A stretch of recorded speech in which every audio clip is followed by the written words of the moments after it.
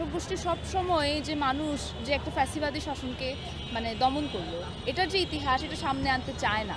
জুলাইয়ে যে একটা আমরা ঐতিহাসিক মুভমেন্টে সবাই পার্ট নিয়েছি, সেটাকে যে রিপ্রেজেন্ট করবে, তো এইটার যে মূল পারপাসটা ছিল সেটা হচ্ছে আমাদের সবার জন্য সেটা যত তাড়াতাড়ি সম্ভব সেটাকে উন্মুক্ত করে দেওয়া। বর্তমান সরকার যদি সত্যিই দাবি করে তারা জুলাইকে ধারণ করে, তাহলে এই জুলাই মাসের মধ্যেই তারা জুলাই জাদুঘর খুলে দিয়ে এটাই প্রমাণ করবে যে প্রকৃতপক্ষে তারা জুলাইকে ধারণ করে।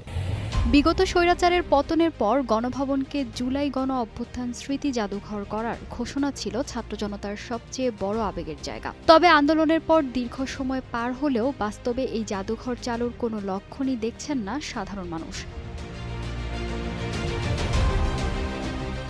সংস্কৃতিমন্ত্রী নিতাই রায়চৌধুরী অনেক আগেই নতুন পরিচালনা কমিটি গঠন ও সব প্রস্তুতি সম্পন্ন হওয়ার কথা বলে অতি দ্রুত উদ্বোধনের প্রতিশ্রুতি দিয়েছিলেন।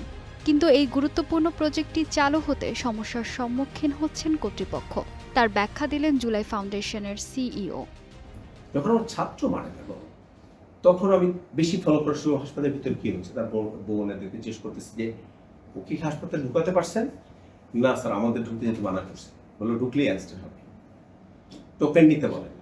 বোন বলছে কে নিবে টোকেন? এখন যেই সিচুয়েশনে হাসপাতালে ঢুকার ওই লাশটা নেওয়ার টোকেন দিবে না, সেখানে ডাক্তারের ডেথ রিপোর্ট তো প্রশ্নই আসে না। আর ডেথ রিপোর্ট দিলেও ময়নাতদন্ত যে বলবে যে গুলিতে মারা গেছে, প্রশ্নই আসে না। ওখানে রেস্ট্রিকশন আছে, ডোন্ট ডু ইট, দিলে খবর আছে। এবং এরপরে অনেক হাসপাতাল সেগুলো ডিস্ট্রয় করে ফেলেছে, সে এভিডেন্স ডিস্ট্রয়। তো সেই কারণেই ওইটা আছে, কারণ ওইটা না হলে এমআইএস করতে পারে না। ময়নাতদন্তের রিপোর্টটাতে বলতে হবে যে গুলিতে সিস্টেম ব্যবহার করে কে আছে, হ্যাঁ কোথায় হয়েছে এই এলাকায়, ওখানে হ্যাঁ এই বাহিনী ছিল বা এরা ছিল, এটা তখন বোঝা যায় যে আন্দোলনের একজন সৈনিক।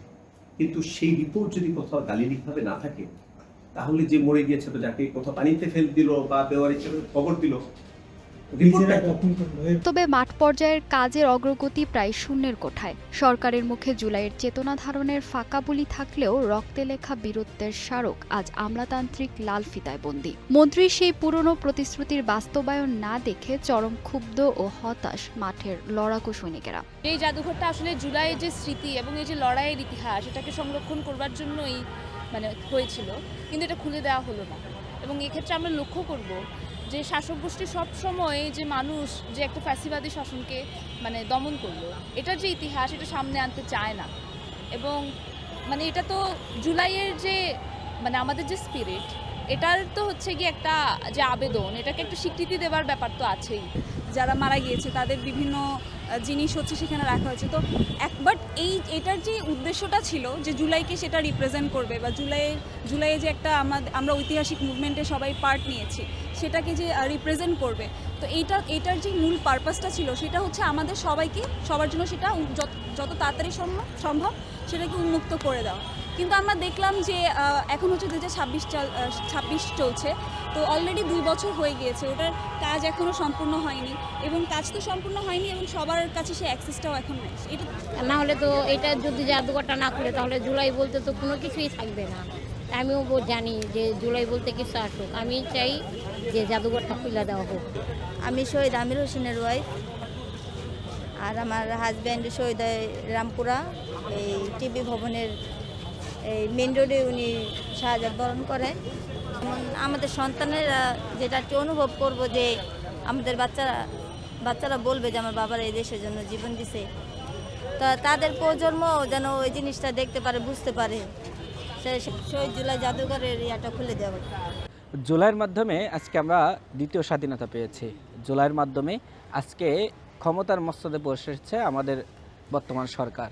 কিন্তু দুঃখজনক বিষয় হলো, তারা মুখে জুলাইয়ের কথা বলছে, জুলাই শহীদের কথা বলছে, বাস্তবে তার রূপ দেখতে পাচ্ছে না। ইতিমধ্যে 2টি বছর অতিক্রম করেছে। তাই এই বর্তমান সরকার যদি সত্যিই দাবি করে তারা জুলাইকে ধারণ করে, তাহলে এই জুলাই মাসের মধ্যেই তারা জুলাই জাদুঘর খুলে দিয়ে এটাই প্রমাণ করবে যে প্রকৃতপক্ষে তারা জুলাইকে ধারণ করে। সাধারণ মানুষের এই তীব্র অসন্তোষ ও কাজের ধীরগতির বিষয়ে জুলাই শহীদ স্মৃতি ফাউন্ডেশন তাদের নিজস্ব সীমাবদ্ধতার কথা বলছে। দেশজুড়ে ছড়িয়ে থাকা হাজারো শহীদ ও আহতের নিখুঁত ও সত্যনিষ্ঠ তথ্য এবং আন্দোলনের অমূল্য দলিলগুলো সঠিকভাবে জোগাড় করা অত্যন্ত জটিল কাজ। কোনো ধরনের ঐতিহাসিক ভুল এড়াতেই এই কাজে কিছুটা সময় লাগছে বলে মনে করছে সংশ্লিষ্ট কর্তৃপক্ষ। তবে জুলাই শহীদ স্মৃতি ফাউন্ডেশন সিইও স্বীকার করেছেন যে তথ্য সংগ্রহের কাজ চলমান থাকলেও সাধারণ মানুষের আবেগ ও আকাঙ্ক্ষাকে শ্রদ্ধা জানিয়ে জাদুঘরের প্রাথমিক অংশটি দ্রুততম সময়ের মধ্যে উন্মুক্ত করে দেওয়া প্রয়োজন। জাদুঘর খুলে দেওয়া উচিত, আমাদের পয়সায় তৈরি হওয়া, মানুষ দেখুন যতটুকু আছে, আস্তে আস্তে রেনোভেশন তো হবে।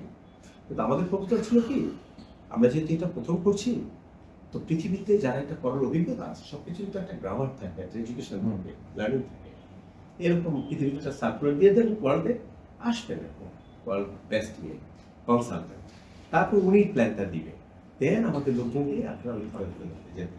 আজ থেকে 10 বছর বা 12 বছর এক যুগ পরে হলেও ওই প্রজন্ম জিজ্ঞেস করবে যে কেন 18টা শহীদ বা 22টা শহীদ বা 40টা শহীদের মাত্র জিনিসপত্র আছে, শহীদ তো হয়েছেন এতজন।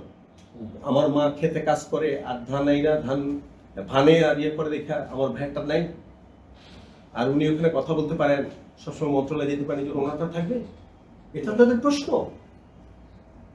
তখন কি হতো, জেলা ভিত্তিক এই মেথডিক্যাল ভিত্তিতে যাওয়া যেত, যে প্রতিটা জেলা সিরিয়াল জেলার লিস্ট আছে, এইটুকুই বলবো জাদুঘর সম্পর্কে।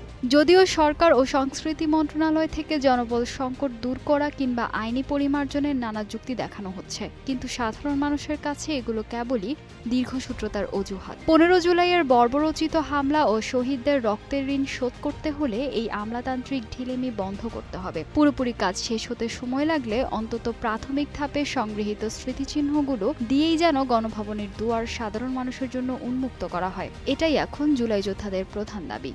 কারণ জুলাইয়ের এই স্মৃতি কোনো সাধারণ প্রদর্শনী নয়, এটি ফ্যাসিবাদ বিরোধী লড়াইয়ের এক জীবন্ত অগ্নিশিখা, যাকে এভাবে ফাইলবন্দি করে রাখা যায় না।